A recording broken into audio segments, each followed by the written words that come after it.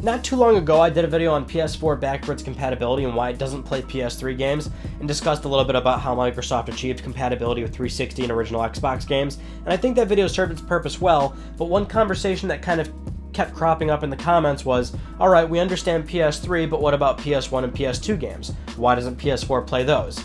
Well, I think now is the perfect time to talk about that.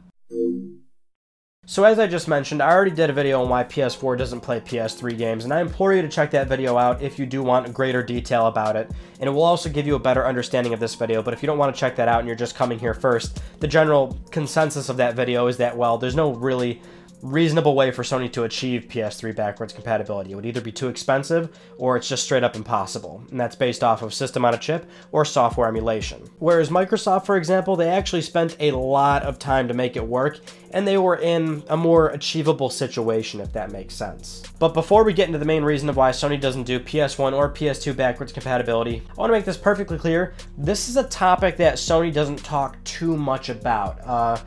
With the PS3 one, we had a lot of factual information to go off of. That's a pretty good video that really does surmise why you don't get PS3 discs and true backwards compatibility. With this, it's honestly more conjecture, but at the same time, I feel pretty confident about these answers, and I think you can still walk away from it getting a good idea of where Sony's coming from. Alright, so let's get into it. Why can't you play your PS1 or PS2 games on your PS4? And we're going to actually cover all fronts of this. So software emulation, system on a chip, of course using your original discs, the fact that there's barely any PS2 games on there, the fact that there's almost zero PS1 games on there aside from like that Final Fantasy VII PC port, and there's maybe one or two other games that I'm missing, but you're not getting those like PS1 classics from PS3, if you remember those. We're going to cover everything.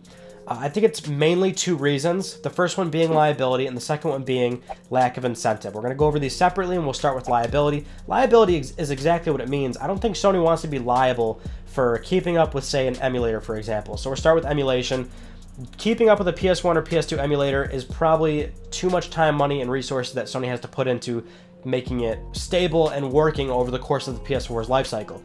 Sure, many people think that an emulator is a situation where you make it and you leave it and it's done and it's there for the rest of the life cycle, but you got to keep in mind they have to make sure that emulator works with future PS4 firmwares. This is likely something Sony doesn't want to keep up with.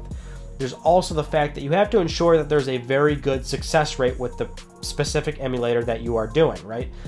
PS1 and PS2 have massive libraries, specifically PlayStation 2. You have to ensure that you have at least 95% success rate with most of PS2 and PS1 library, and that's a lot of games. Typically with hardware manufacturers, they have a very strict QA process, QA of course being quality assurance. They want to ensure that every consumer has a very good experience, and they don't want to have a situation where they, say, release an emulator and let's say it's 90%, which seems quite good, but that 10% can easily come back and bite them in the ass when a consumer tries to put in a game and has a bad experience. That's not something that they want to have to deal with or run into in terms of problems tying up service lines, possibly getting hit with a lawsuit, because we all know lawsuits can spring up from the most ridiculous situations possible. And Microsoft is actually a very good example of this with how they handle Xbox One and Xbox One backwards compatibility with their software emulation.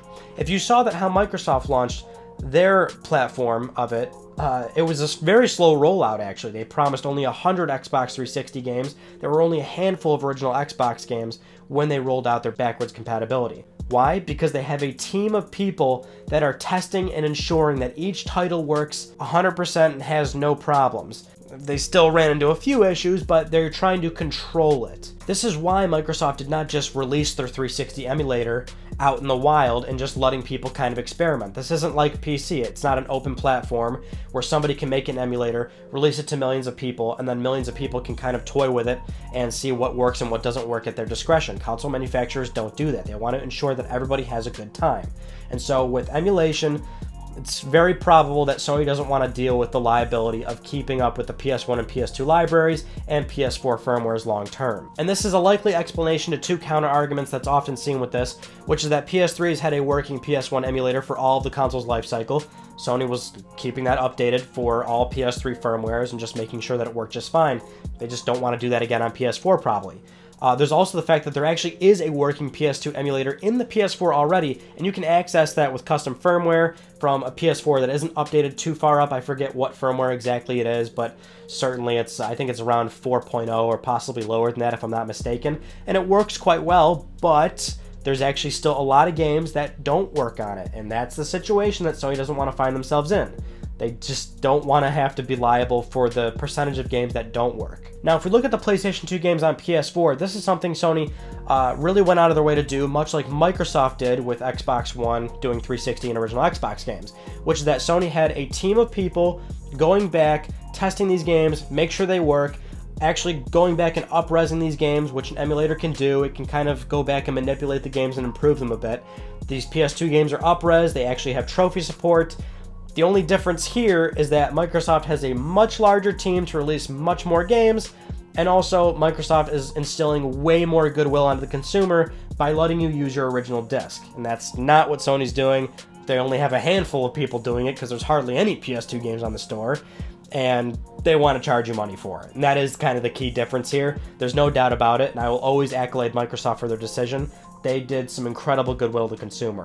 Yes, they still have a vested interest in making money, but that was a very cool thing for them to do. And it took them years to do, too. With all of that in mind, now we can get into lack of incentive, and this is something that Sony actually has talked about in some capacity, so we can actually have more concrete analysis of this. But essentially, Sony has been vocal about this. They feel as though backwards compatibility is not something that people use that often. They've actually gone on record to say that while this is a topic that many people discuss and it's a highly requested feature, it's not one that is used very often in practice. So when you look at a comment like that, and then you look at the fact that on the PlayStation 4, for example, there's barely any of those PS2 games on there with trophies, there's 0 PS1 games essentially, and PS3 kind of heavily focused on backwards compatibility. The original model could do it with system on a chip, but even after the fact, every model still did PS1 emulation. The PlayStation Store had tons of PS1 classics, a lot of PS2 games as well.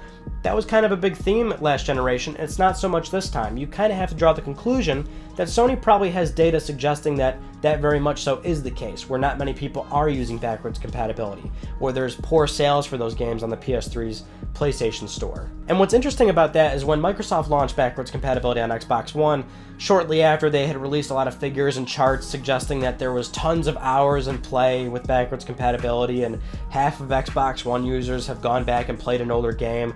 And those are probably more than likely true. I'm not discrediting Microsoft whatsoever. In fact, I'm quite certain that they're true. It's somewhat easy to probably extrapolate that data and make it seem quite large. You gotta figure that most Xbox One play is still Xbox One games. When you're not releasing those numbers, it's easy to make it seem like 360 and original Xbox play is actually quite large. I'll even use me, for example. I'm a small YouTuber. Let's not front about that whatsoever. In the scope of YouTube, I am a very small individual. I am essentially nothing, right? I'll be honest about that. I'm nothing on this crazy landscape of the internet. If I go into my analytics for a small channel like mine, I've got data that says things like my videos have been watched 180 days, and for this one specific day, my videos have been seen for thousands of hours, and that may sound like such a great accomplishment, and maybe some of you would say, oh yeah, Ryan, that is a good accomplishment. Cool. But look at some of the top YouTubers, and you could see how my numbers wouldn't even be remotely as impressive as theirs. And I think that is kind of like, it's not a great metaphor, but maybe that's like the best way to explain how Microsoft displays those numbers when it comes to backwards compatibility on Xbox One. I'm sure Sony has some good data like that on PS3, but you gotta figure PS3s were probably mostly used for PS3 games, and Sony learned their lesson this time around, trying to release an affordable box and not having to go out of their way with emulation or doing system on a chip, which goes into another part. That's why they didn't do system on a chip. Even though, like, for example, PS3 system on a chip would definitely be expensive and would certainly drive the cost up. Some may argue that PS2 and PS1 system on a chip would have been far cheaper to put into a PS4, so why not just do that to guarantee compatibility with all those games, as we talked about in the previous video. Keep in mind, at a mass market scale, even with manufacturing costs, something that costs $1 is going to end up costing the company millions of dollars, and a PS2 or PS1 system on a chip is certainly going to cost more than $1 in terms of manufacturing the hardware. You know what I mean? it's certainly still going to show up in cost. So Sony was very careful in trying to make a decent profit margin on PS4 and only including PS4 hardware. And I think the best way to kind of round out the conversation of lack of incentive is there's no real way to quantify how well backwards compatibility does in terms of hardware sales. How do you translate that feature into how well it did for the hardware sales? You really can't. Perhaps you do like a survey after somebody buys a PS4 and ask them, is this why you bought your PS4, to play older games or something like that? But you're never really going to get true data suggesting that a lot of people are buying PS4s simply to use backwards compatibility. You're just not going to get that kind of data. So the company probably looked at their data from PS3 and understood launch models with system on a chip were too expensive to make. They noticed PS1 and PS2 discs were not being inserted into the system for emulation, and they can certainly see that if you've got a connected PSN ID. They can see your playtime for games and things like that. Poor sales of PS1 and PS2 classics on the store. They probably just took all that understanding and went with the fact that with PS4 it will be strictly a PS4 console and move forward with just PS4 games, and possibly focus on porting over some of the best stuff, right? And that's why you see those premium PS2 games on the store. You can see that there's like the Grand Theft Autos are on there, Dark Cloud's on there, some notable big games, but then you also got tons of PS2 remasters anyway from big titles like Kingdom Hearts or the Jak and Daxter games. So they're already kind of covering the more standout titles, but essentially they're focusing on just PS4. And if you look at PS4 sales, they admittedly did not need backwards compatibility. PS4 is selling incredibly well, and it's beating Microsoft by a heavy margin. And of course, that conversation goes, some people look at that and go, oh, well, that's because Microsoft messed up so much in 2013. And yeah, that certainly helped Sony's situation at the time, but let's not be ignorant to the fact that Sony also sold a $400 box, so it was undercutting them by $100. It was a more powerful platform. Sony's worldwide studios were releasing more quality games a few years into the console's life cycle.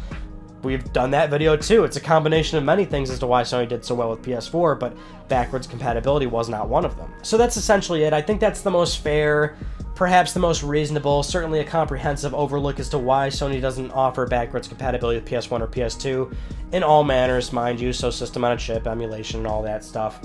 I think it's just a number of things, and it was an easy decision for the company to make back when they really had to decide this in the creation of PS4. And mind you, I'm not trying to sympathize with Sony. I'm not trying to be a corporate apologist. I am with you as well. I would love, and I would pay top dollar for a single PlayStation that just hardware-wise could play every PlayStation console. That would be a dream to me, but that's a pipe dream. Sony's never going to do something like that, but God, I wish they would. And it really is a shame that Sony doesn't put more interest into PS1 and PS2, because I think it's almost the responsibility to kind of have this preservation of these games, for this lineage of games that was available on PS1 and PS2. Those consoles are very important to a lot of people, and a lot of those games are very important to people as well.